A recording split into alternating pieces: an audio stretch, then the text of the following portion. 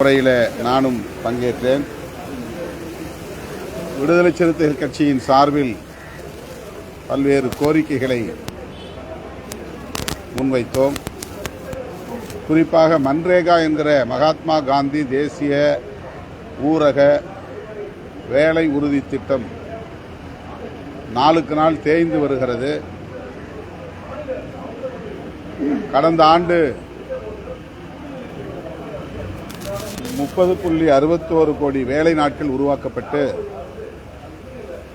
10,744 கோடி ரூபாய் ஒதுக்கீடு செய்யப்பட்டது, ஊதியமாக வழங்கப்பட்டது. ஆனால் இந்த ஆண்டு அது 12 கோடி வேலை நாட்கள் மட்டுமே ஒன்றிய அரசால் ஒதுக்கப்பட்டுள்ளது. இதனால் தமிழ்நாட்டை சார்ந்த கிராமப்புற ஏழை எளிய மக்களுக்கு ஏறத்தாழ 5000 கோடி ரூபாய்க்கு மேல் ஊதிய இழப்பு ஏற்படும் நிலை ஏற்பட்டிருக்கிறது. எனவே கூடுதல் வேலை நாட்களை உறுதி செய்யவும், கூடுதலாக நிதி ஒதுக்கீட்டை பெறுவதற்கும் தமிழ்நாடு அரசு உரிய முயற்சிகளை மேற்கொள்ள வேண்டும் என்று வலியுறுத்தியிருக்கிறோம். குறிப்பாக ஆக்டிவ் ஒர்க்கர்ஸ், தொடர்ந்து வேலை செய்யக்கூடியவர்கள் அனைவருக்கும் 100 நாட்கள் வேலை கிடைப்பதற்கு ஒன்றிய அரசிடமிருந்து நிதியை பெற ஆவண செய்ய வேண்டும் என்று வலியுறுத்தினோம்.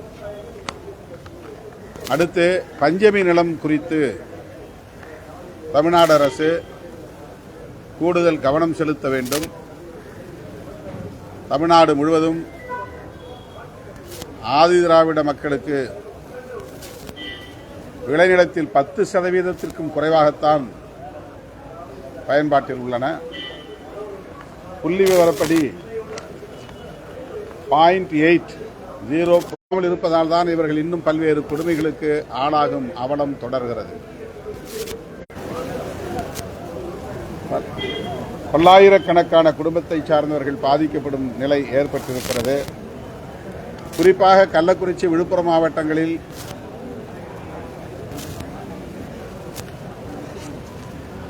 திருவண்ணாமலை கூட்டு குடிநீர் திட்டம் உருவாக்கப்பட்டது. 1565 கிராமங்களில் உள்ள மக்களுக்கு குடிநீர் வழங்க 3310 கோடி ரூபாய் திட்ட மதிப்பீட்டில் அது உருவாக்கப்பட்டது. ஆனால் ஜல்ஜீவன் திட்டத்திலிருந்து நிதி ஒதுக்கப்படாததால் அந்த திட்டம் அப்படியே கிடப்பில் போடப்பட்டிருக்கிறது. எனவே இந்த கூட்டு குடிநீர் திட்டத்தை செயல்படுத்தி அனைவருக்கும் குடிநீர் வழங்குவதை, அந்த 1565 கிராமங்களை சார்ந்த பொதுமக்களுக்கு குடிநீர் வழங்குவதை உறுதி செய்ய வேண்டும் என்று வலியுறுத்தினோம். SAGY என்கிற சாகி திட்டம் இப்போது அரசு கைவிட்டு விட்டது. இந்திய ஒன்றிய அரசு ஒரு கிராமத்தை ஒரு நாடாளுமன்ற உறுப்பினர் ஒரு ஆண்டுக்கு தேர்வு செய்து தமிழ்நாடு அரசு மற்றும் இந்திய ஒன்றிய அரசு நடைமுறைப்படுத்துகிற அனைத்து திட்டங்களையும் அந்த ஒரு கிராமத்திலே முழுமை பெற்ற அனைத்து வசதிகளும் முழுமை பெற்ற ஒரு கிராமமாக அதை வளர்த்தெடுப்பது என்கிற திட்டம்தான் சாகி என்கிற திட்டம். அது கைவிடப்பட்டுள்ள நிலையில் மாநில அரசே முன்வந்து அதை நடைமுறைப்படுத்த வேண்டும். அதற்கென்று நிதி ஒதுக்கீடு ஏதும் இல்லை. ஏற்கனவே நடைமுறையில் இருக்கிற திட்டங்கள், எல்லா திட்டங்களையும் ஒரே கிராமத்தில் முழுமையாக செய்து முடிப்பது. அதுபோல நாடாளுமன்ற உறுப்பினர்களுக்கு கேரளா, ஆந்திரா, கர்நாடகா போன்ற மாநிலங்களில் அலுவலகம், வாகனம் போன்ற வசதிகளை மாநில அரசுகள் செய்து தருகின்றன. தமிழ்நாட்டில் அப்படி நாடாளுமன்ற உறுப்பினர்களுக்கு மாநில அரசுகளின் மூலம் எந்த வசதிகளும் செய்யப்படாத நிலை உள்ளது. அலுவலகங்களை அரசே கட்டித்தர வேண்டும் என்கிற கோரிக்கைகளையும் வலியுறுத்தியிருக்கிறோம். தனித்தொகுதி, தமிழ்நாட்டில் உள்ள தனித்தொகுதி ரிசர்வ்டு கான்ஸ்டிடியூன்சிஸ் ஒப்பீட்டளவில் வளர்ச்சி குறைவாக காணப்படுகின்றன. வளர்ச்சி திட்டங்கள் நடைமுறைப்படுத்துவதிலே தேக்கங்கள் உள்ளன.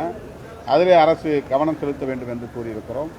முதியோர் உதவித்தொகை, ஆதரவற்ற விதவைகளுக்கான உதவித்தொகை, மாற்றுத்திறனாளிகளுக்கான உதவித்தொகை உயர்த்தப்பட வேண்டும் என்ற கோரிக்கையும் வலியுறுத்தியிருக்கிறோம்.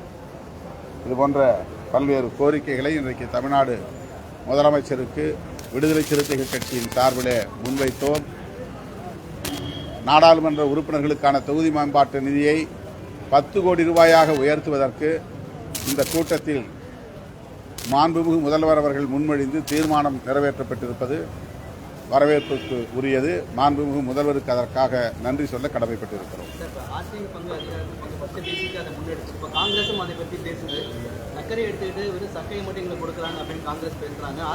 இது தனியாக ஒரு பிரஸ் மீட் போட்டு பேசலாம். இது இந்த திஷா மீட்டிங்கான ஒரு கூட்டம்.